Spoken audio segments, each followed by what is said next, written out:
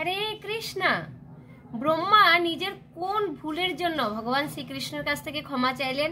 আজকে সেই লীলাটির পার্ট 2, মানে লীলাটি অনেকটি বড় ছিল, তাই আমরা দুটো ভাগে ভাগ করেছিলাম লীলাটিকে। তো প্রথম পার্ট 1 তো আমরা আগেই পাঠ করেছিলাম, তো পার্ট 2 তারপর থেকে আজকে পাঠ করব লীলা পুরুষোত্তম গ্রন্থ থেকে। ঠিক আছে, তো সবাই সাথে থেকো, পুরো ভিডিওটা কিন্তু দেখবে বা শ্রবণ করবে না স্কিপ করে। হরে কৃষ্ণা কৃষ্ণ কৃষ্ণ হরে হরে, হরে রাম রাম রাম হরে হরে। হরে কৃষ্ণ ফ্রেন্ডস, রাধে রাধে, শুভ সকাল সবাইকে। কেমন আছো তোমরা সবাই? আশা করছি সবাই খুব ভালো আছো। রাধা মাধব গুরু গৌরাঙ্গী কৃপায় আমিও খুব ভালো আছি। তো চলো কথা না বাড়িয়ে আমরা লীলাটি পাঠ করা শুরু করি, সংক্ষেপে মঙ্গলাচরণ করে। শ্রী শ্রী মঙ্গলাচরণ। ওম অজ্ঞানতিমিরান্ধস্য জ্ঞানাঞ্জন শলাকয়া চক্ষুরন্মিলিतं येन तस्मै श्री गुरुवे नमः। नामयं विष्णुपादाय कृष्णपृष्ठाय भूतले श्रीमते भक्तिवेदांत स्वामिनिति नामिने। नमस्ते सरस्वती देवे गौरवाणी प्रचारिणे निर्विशेष शून्यवादी पाश्चात्य देशधारिणे। वाञ्छाकल्पतरुभ्यश्च कृपा सिन्धुभ्येव च पतितानां पावनेभ्यो वैष्णवेभ्यो नमो नमः। नाम महावदनाय कृष्ण प्रेमपदायते कृष्णाय कृष्ण चैतन्य नाम्ने गौरतीशे नमः। हे कृष्ण करुणा सिन्धु दीनबन्धु जगत्पते गोपेश गोपिका कांत राधाकांत नमस्तुते। ताप्त कांचन गौरांगी राधे वृंदावनेश्वरी वृषभानुसुते देवी। प्राचल निवासाय नित्याय परमात्मने बलभद्र सुभद्राभ्यां जगन्नाथे ते नमः। ओम वृंदाय तुलसीदेवाय प्रियाय केशवाय च कृष्ण भक्तिपदे देवी सत्यवते नमो नमः। जय श्री कृष्ण चैतन्य प्रभु नित्यानंद श्री अद्वैत गदाधर शिवासादि गौर भक्त वृंद। हरे कृष्ण कृष्ण कृष्ण हरे हरे, हरे राम राम राम हरे हरे। श्री श्री मंगलाचरण की जय। लीला पुरुषोत्तम श्री कृष्ण ग्रंथ।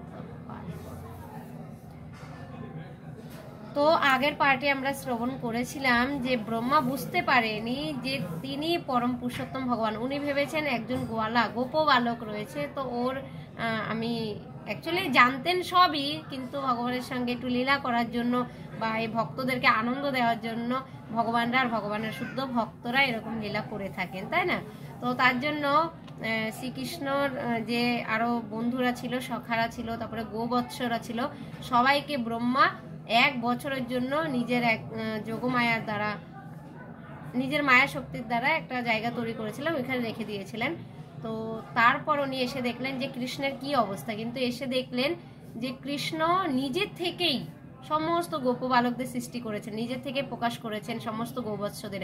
তাই বৃন্দাবনবাসীরা জানতেই পারেননি যে ওনাদের ছেলেরা 1 বছর ধরে ওনাদের কাছে নেই, বা যে গোবৎসরা বাছুররা ওরাও যে লাপতা রয়েছে বা হারিয়ে গেছে তাদের কোনো ধারণাই ছিল না, কারণ শ্রীকৃষ্ণ নিজেকে সবার মধ্যে প্রকাশ করেছেন, তা কেউ বুঝতে পারেনি। যে ব্রহ্মা এসে দেখলেন যে কি ব্যাপার, এদেরকে তো আমি হরণ করে নিয়েছি, এরা আবার কোথা থেকে আসলো, তখন বুঝতে পারলেন যে ভগবান শ্রীকৃষ্ণ হচ্ছেন পরম পুরুষোত্তম ভগবান, আদিশক্তি। তো ওনার থেকে বড় কেউ নেই, আর উনি নিজেকেই সবার মধ্যে প্রকাশ করেছেন সবার রূপে। তারপরে ব্রহ্মা ক্ষমা চাইছেন, প্রার্থনা করছেন, স্তব করছেন ভগবান। তো তারপরের থেকে আমরা পাঠ করছি, একটু মন দিয়ে শ্রবণ করো কেমন।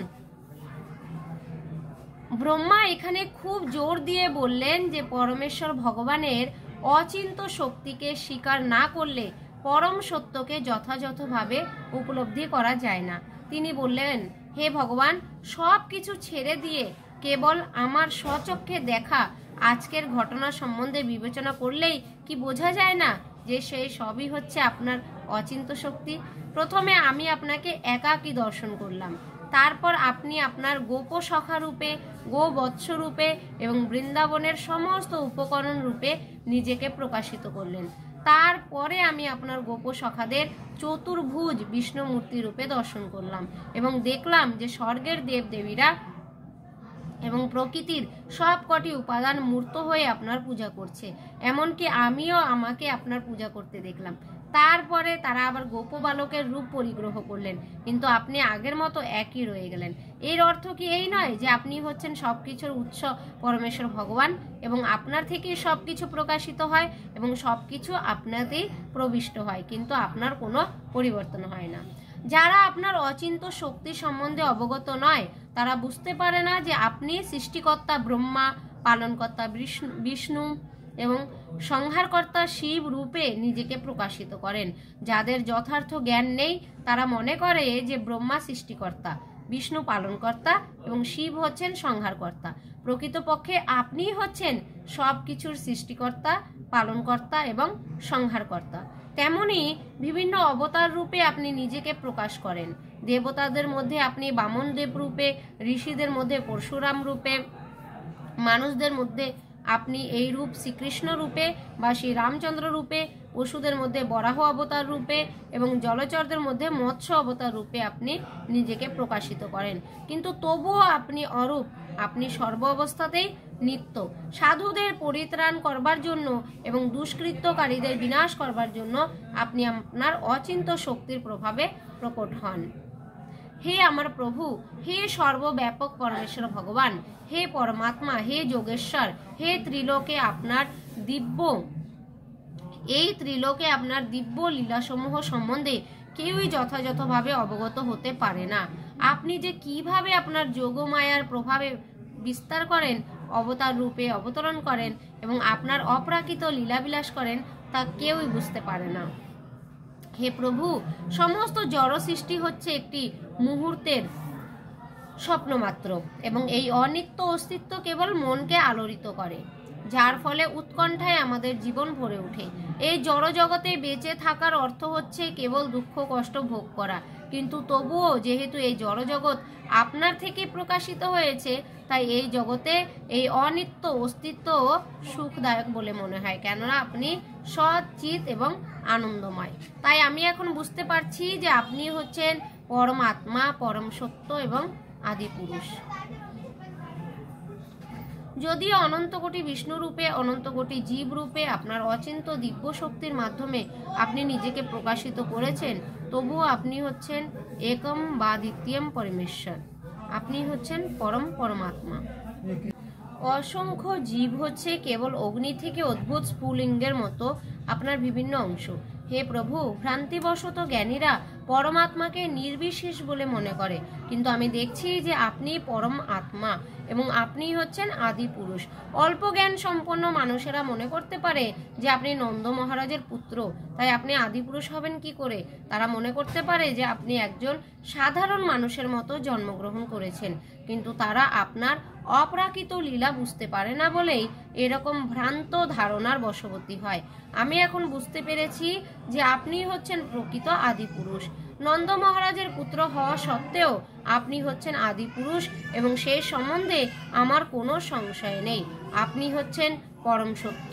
আপনি অন্ধকার আচ্ছন্ন জড় জগৎ থেকে প্রকাশিত হননি।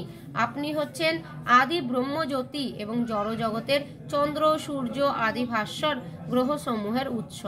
আপনার দিব্য অঙ্গকান্তি হচ্ছে ব্রহ্মজ্যোতি। অনেক বিষ্ণু অবতার আছেন এবং আপনার বিভিন্ন গুণাবলীর অবতার রয়েছে, কিন্তু এই সমস্ত অবতারেরা আপনার সমপর্যায়ভুক্ত নয়। আপনি হচ্ছেন আদি প্রদীপ।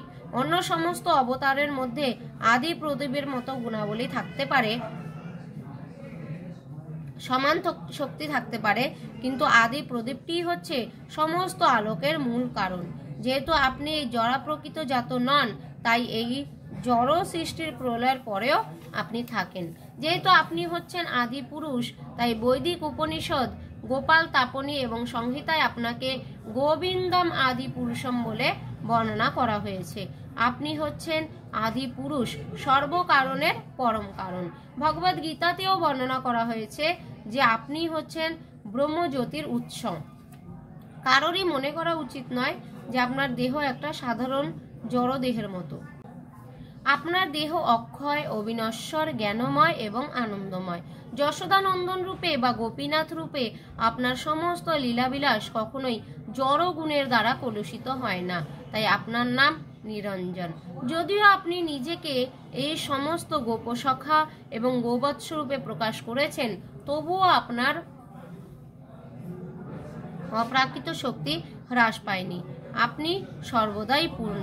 বৈদিক শাস্ত্রে বর্ণনা করা হয়েছে, পূর্ণ পরম তত্ত্ব থেকে পূর্ণকে নিয়ে নিলেও তা পূর্ণ পরম তত্ত্বই থাকে। সেই পূর্ণ এক এবং অদ্বিতীয়। যেহেতু আপনার সমস্ত লীলাসমূহ অপ্রাকৃত, তাই জড় জগতের গুণের দ্বারা তাদের কলুষিত হওয়ার কোনো সম্ভাবনা নেই। আপনি যখন আপনার পিতা ও মাতা নন্দ মহারাজ এবং যশোদা মহারানীর আনুগত্য স্বীকার করেন, তার ফলে আপনার ঐশ্বর্যের কোনো হানি হয় না। এটা কেবল আপনার ভক্তের প্রতি আপনার প্রেমপূর্ণ ব্যবহারের নিদর্শন। আপনার সমান বা আপনার থেকে মহৎ আর কিছুই নেই। অল্প জ্ঞান সম্পন্ন মানুষ মনে করে যে আপনার লীলাসমূহ এবং আপনি জড় উপাধিযুক্ত। গোপাল তাপনীতে প্রতিপন্ন হয়েছে যে আপনি অজ্ঞান এবং জ্ঞান এই দুয়েরই অতীত। আপনি হচ্ছেন প্রকৃত অমৃত অবিনশ্বর। সেই সত্যের বর্ণনা করে বেদে বলা হয়েছে, অমৃতং শাশ্বতং ব্রহ্মে। ব্রহ্ম হচ্ছেন অনন্ত, সবকিছুরই আদি উৎস, তার জন্ম অথবা মৃত্যু নেই।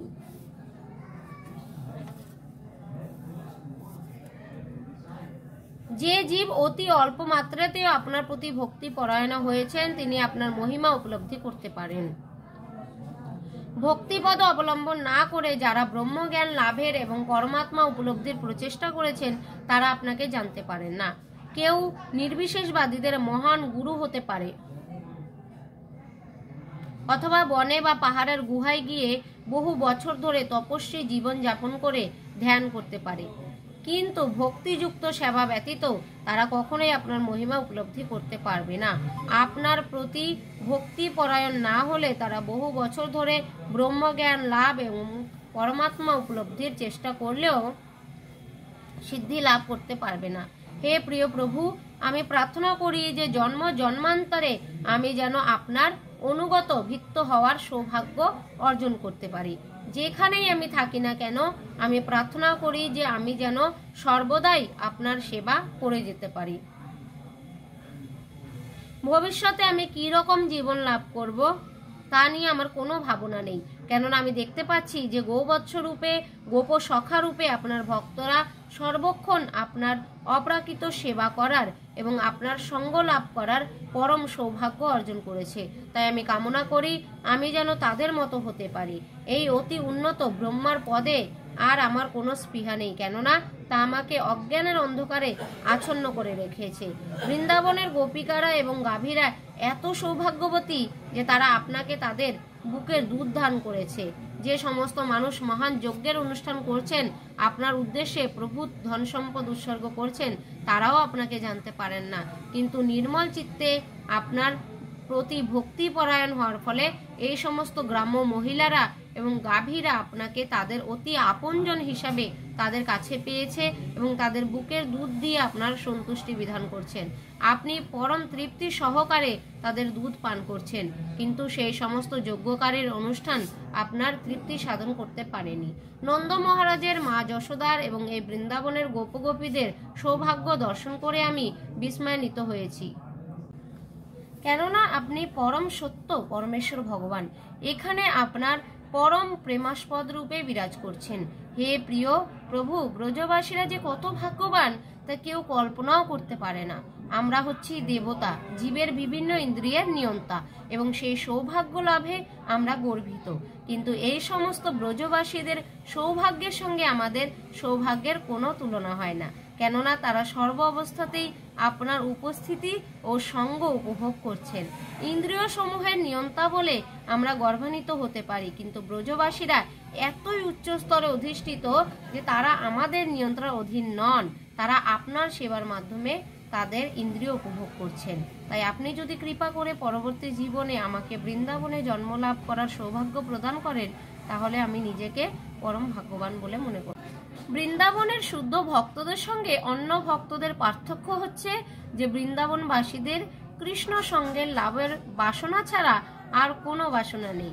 শ্রীকৃষ্ণ হচ্ছেন ভক্ত বৎসল, যেহেতু তারা সর্বক্ষণ তার সঙ্গ লাভ করতে চান, তাই তিনি তাদের সেই বাসনা পূর্ণ করেন। বৃন্দাবনে ভক্তদের ভগবানের প্রতি যে প্রেম তা স্বতঃস্ফূর্ত। শাস্ত্রের নির্দেশ অনুসারে তাদের বৈদিক ভক্তির অনুশীলন করতে হয় না, তাদের কোনো রকম বিধি নিষেধ পালন করতে হয় না, কেননা তারা স্বাভাবিকভাবেই শ্রীকৃষ্ণের প্রতি দিব্য অনুরাগ লাভ করেছেন। যারা দিব্য ভগবত প্রেম লাভ করতে পারেননি, তাদের জন্যই শাস্ত্রের বিধি নিষেধগুলি দেওয়া হয়েছে। ব্রহ্মাও ভগবানের ভক্ত, কিন্তু তাকেও বৈদিক ভক্তির অনুশীলন করতে হয়। তিনি বৃন্দাবনে জন্ম লাভ করার সৌভাগ্য অর্জন করার জন্য ভগবানের কাছে প্রার্থনা করেছেন, যাতে তিনি ভগবানের প্রতি স্বতঃস্ফূর্ত প্রেম লাভ করতে পারেন। ব্রহ্মা বললেন, হে প্রভু, মাঝে মাঝে আমি অবাক হয়ে ভাবি কৃতজ্ঞতার বশবর্তী হয়ে কিভাবে আপনি ব্রজবাসীদের প্রেমের প্রতিদান দেবেন। আমি জানি যে আপনি হচ্ছেন সমস্ত আশীর্বাদের পরম উৎস, কিন্তু তবুও আমি আশ্চর্য হয়ে ভাবি কিভাবে আপনি আপনার প্রতি তাদের সমস্ত সেবার প্রতিদান দেবেন। আমি ভাবি আপনি কত কৃপালু, কত মহৎ, যে স্নেহময় মাতৃরূপে নিয়ে পুতনা আপনাকে হত্যা করতে এসেছিল বলে সেও আপনার মাতৃপদ লাভ করে মুক্তি লাভ করেছে। অঘাসুর, বকাসুর আদি সমস্ত অসুরেরাও মুক্তি লাভ করেছে। তাই বিস্ময় বিহুল হয়ে আমি ভাবি যে সমস্ত ব্রজবাসীরা তাদের শরীর, তাদের মন, তাদের প্রেম, তাদের গৃহ সব কিছু আপনার সেবায় উৎসর্গ করেছে, তাদের ঋণ আপনি কিভাবে শোধ করবেন। মহাপাপিনী, শিশু ঘাতিনী সেই পুতনা আপনাকে হত্যা করতে এসেছিল, তাকে যখন আপনি মাতৃপদ দান করে নিজেকে সম্পূর্ণরূপে তার কাছে অর্পণ করেছেন, তখন এই বৃন্দাবনবাসীদের কাছে আপনি যে কত ঋণী তা তো কেউ কল্পনাও করতে পারে না। তাই আমার মনে হয় যে ব্রজবাসীদের এই ভালোবাসার ঋণ শোধ করতে অক্ষম হয়ে আপনি তাদের কাছে চির ঋণী থেকে যাবেন। হে প্রিয় কৃষ্ণ প্রভু, যে সমস্ত মানুষ আপনার চিন্ময় রূপকে একজন সাধারণ মানুষের জড় শরীর বলে মনে করে অবজ্ঞা করে, তারা হচ্ছে অসুর এবং নির্বোধ। আপনি সর্ব অবস্থাতেই চিন্ময়। অভক্তরা আপনার দ্বারা প্রতারিত হয়, কেননা তারা মনে করে যে আপনার রূপ হচ্ছে জড়, কিন্তু প্রকৃতপক্ষে আপনি একটি সাধারণ গোপ বালকের রূপ পরিগ্রহ করেছেন, কেবল আপনার ভক্তদের আপনার প্রতি ভক্তি বর্ধন করার জন্য এবং তাদের দিব্য আনন্দে মগ্ন করার জন্য। হে প্রিয় প্রভু, যে সমস্ত মানুষ ঘোষণা করে যে তারা ইতিমধ্যে ভগবানকে জেনে গেছে অথবা ভগবানকে জানার মাধ্যমে তারাই ভগবান হয়ে গেছে, তাদের মনোবৃত্তি এত জঘন্য যে তাদের সম্বন্ধে আমার কিছুই বলার নেই। যিনি কৃষ্ণ ভাবনাময় ভক্তির স্তরে উন্নীত হয়েছেন, তার কাছে বৈকুণ্ঠ বা চিৎজগৎ আর দূরে নেই। তিনি আর এই বিপদ সংকুল জড়জগতে বাস করছেন না। এইভাবে শুকদেব গোস্বামী মহারাজ পরীক্ষিতের কাছে কৃষ্ণ ভাবনাময় বিজ্ঞান বিশ্লেষণ করলেন।